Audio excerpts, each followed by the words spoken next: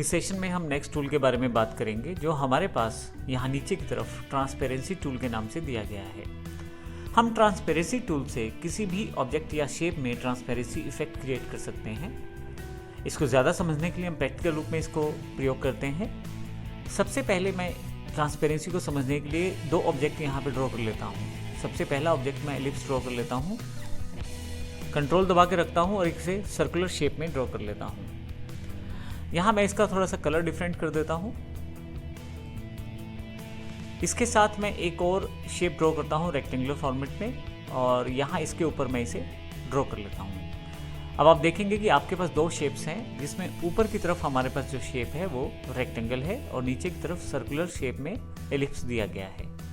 अब यहाँ पे मैं ट्रांसपेरेंसी इफेक्ट के साथ ऊपर वाली इमेज को ट्रांसपेरेंट करूँगा। इसके लिए मैं ट्रांसपेरेंसी टूल को सिलेक्ट कर लेता हूँ और क्योंकि मेरे पास ऑलरेडी सिलेक्टेड थी ये ऊपर वाली शेप जो रेक्टेंगुलर शेप है, तो ये पहले से ही इस पे इफेक्ट लागू होगा। मैं ड्रैग करता हूँ, आप देखेंगे दो एरो आपके पास ड्रैगिंग करते हुए आ रहे हैं। एक ट्रांसपेरेंसी लेवल को शो करता है तो दूसरा उसके एंगल को डिफाइन करता है। मैं यहाँ ट्रांसपेरेंसी शो कर देता हूँ। आप देखेंगे पीछे का जो ऑब्जेक्ट है वो नज़र आना शुरू हो गया है। ये इस कारण से हुआ है क्योंकि मैंने इसको ट्रांसपेरेंट किया है। आप ट्रांसपेरेंसी को यहाँ से कम ज़्यादा भी कर सकते हैं। जहाँ से आप ट्रांसपेरेंसी देना चाहते हैं वहाँ से आप इसको अप्लाई कर सकते हैं।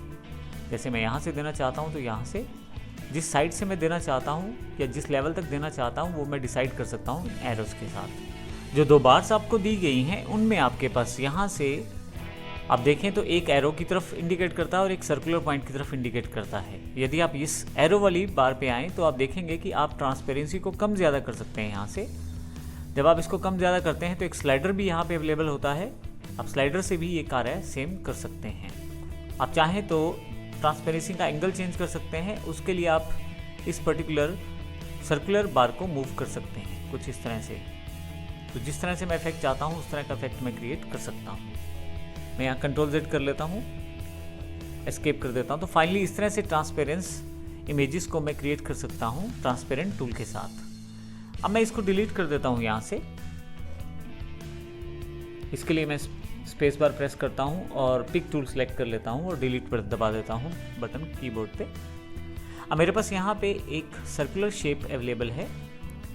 अब मैं इस पे ट्रांसपेरेंसी टूल का प्रयोग करना चाहता हूँ तो उसके लिए मैं फिर से सेलेक्ट करते हुए ट्रांसपेरेंट इसको क्रिएट कर सकता हूँ। ट्रांसपेरेंसी टूल में ध्यान रखिएगा जहाँ पे आप माउस रखेंगे वहीं से ट्रांसपेरेंसी का प्रयोग किया जाएगा कुछ इस तरह से। ट्रांसपेरेंट बनाते समय आपके पास यहाँ पे एक बार अवेलेबल हो जाएगी जिसमें काफ़ी सारे ऑप्शन अवेलेबल हैं। जैसे सबसे पहला नो ट्रांसपेरेंट है। अगर मैं इसको दबाऊंगा तो ट्रांसपेरेंसी हट जाएगी। यूनिफॉर्म ट्रांसपेरेंसी का मतलब है कि एक जैसी ट्रांसपेरेंसी रहेगी, अर्थात ट्रांसपेरेंसी को पूरी इमेज में एक जैसा लागू किया जाएगा। कहीं से भी ज़्यादा या कम नहीं होगा, सब जगह बराबर होगा। और इसकी वैल्यू आप यहाँ से डिसाइड कर भी सकते हैं। आप ट्रांसपेरेंसी ज़्यादा कर सकते हैं, आप ट्रांसपेरेंसी कम कर सकते हैं। यहाँ से मैं यहाँ से 44 कर देता हूँ। इसी तरह से आप फाउंटेन ट्रांसपेरेंसी का प्रयोग कर सकते हैं कुछ इस तरह से। मैं यहाँ से स्लाइडिंग छोटी कर देता हूँ। आप देखेंगे एक साइड से आपका जो सर्कल है वो ट्रांसपेरेंट होना शुरू हो गया है। मैं स्लाइडर को ऊपर नीचे मूव करके अपनी ट्रांसपेरेंसी सेटिंग को सेट कर सकता हूँ। यहीं पे नेक्स्ट मेरे पास ऑप्शन है वेक्टर पैटर्न ट्रांसपेरेंसी के रूप में। अगर मैं इसे क्लिक करूँ तो आप देखेंगे वेक्टर ट्रांसपेरेंसी टूल को प्रयोग किया गया है जिसमें अंदर की तरफ एक पैटर्न का प्रयोग भी किया गया है। पैटर्न का चुनाव यहाँ से आप कर सकते हैं। अभी एक डिफ़ॉल्ट पैटर्न यहाँ पे लागू है।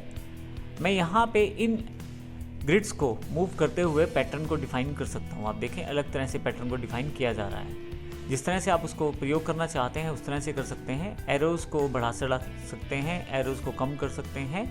ग्रिप्स का प्रयोग करते हुए डिफरेंट टाइप के डिज़ाइन पैटर्न को आप यहाँ पे अप्लाई कर सकते हैं कुछ इस तरह से। तो इस तरह से आप इन बेसिक्स टूल्स का प्रयोग कर सकते हैं। इसके अतिरिक्त आप यहाँ से 2 कलर पैटर्न ट्रांसपेरेंसी का प्रयोग कर सकते हैं। इसमें 2 रंगों का प्रयोग किया गया है ट्रांसपेरेंसी प्रोवाइड करने में। अब देखें यहाँ से मैं इसका प्रयोग कर सकता हूँ कुछ इस तरह से। आप इसमें मोड का प्रयोग भी कर सकते हैं। अलग अलग तरह के मोड यहाँ दिए गए हैं। इन्वर्ट में कलर्स इन्वर्ट हो जाएंगे। बाकी मोड्स आप ट्राई कर सकते हैं। अलग अलग तरह के मोड में अलग अलग तरह का इफेक्ट आपके सामने आएगा। मैं इसे नॉर्मल कर देता हूँ अभी। यहाँ पे फर्दर तरह के पैटर्न्स हैं जिनका प्रयोग आप उनको इनपुट करने में कर सकते हैं इनसाइड अपने शेप के। फर्दर आप यहाँ से ट्रांसपेरेंसी इफेक्ट क्रिएट कर सकते हैं जितना आप चाहते हैं, कम ज़्यादा करके। आपके पास यहाँ पे बैकग्राउंड ट्रांसपेरेंसी है, आप उसको डिफाइन कर सकते हैं। आप ट्रांसपेरेंसी क्रिएट करते समय शेप और आउटलाइन को डिफ्रेंशिएट कर सकते हैं। जैसे मैं अगर इस पर क्लिक करूँ ऑल पे, तो दोनों तरफ एक जैसा ही ट्रांसपेरेंसी लेवल अप्लाई किया जाएगा, चाहे वो आउटलाइन हो चाहे वो इनसाइड शेप हो। इसी तरह से अगर मैं फिल का प्रयोग करता हूँ तो केवल अंदर की तरफ जो इमेज है इनसाइड आउटलाइन, अर्थात आउटलाइन के अंदर जो इमेज है उसी को ट्रांसपेरेंट किया गया है, आउटलाइन को ट्रांसपेरेंट नहीं किया गया है। लेकिन यदि मैं केवल आउटलाइन को ट्रांसपेरेंट करना चाहता हूँ तो वो भी कर सकता हूँ। उसके लिए केवल मुझे यहाँ पे आउटलाइन को सिलेक्ट करना है। मैं यहाँ से अभी Ctrl+Z कर देता हूँ और एक इफेक्ट्स जो मैंने क्रिएट किए थे उन पे आ जाता हूँ वापस दोबारा। इसके साथ ही मेरे पास यहाँ पे नेक्स्ट टूल जो है मिरर टाइल्स हॉरिजॉन्टली है। आप देखें हॉरिजॉन्टली टाइल्स को मूव किया गया है मिरर के रूप में। इसी तरह से वर्टिकली आप कर सकते हैं यही काम। इस तरह से आप ट्रांसपेरेंसी क्रिएट करके डिफरेंट टाइप की इमेजेस और डिफरेंट टाइप की शेप्स को आसानी से प्रयोग कर सकते हैं और ट्रांसपेरेंट इफेक्ट क्रिएट कर सकते हैं, जिससे आप आसानी से डिफरेंट तरह के डिज़ाइन बना सकते हैं। धन्यवाद।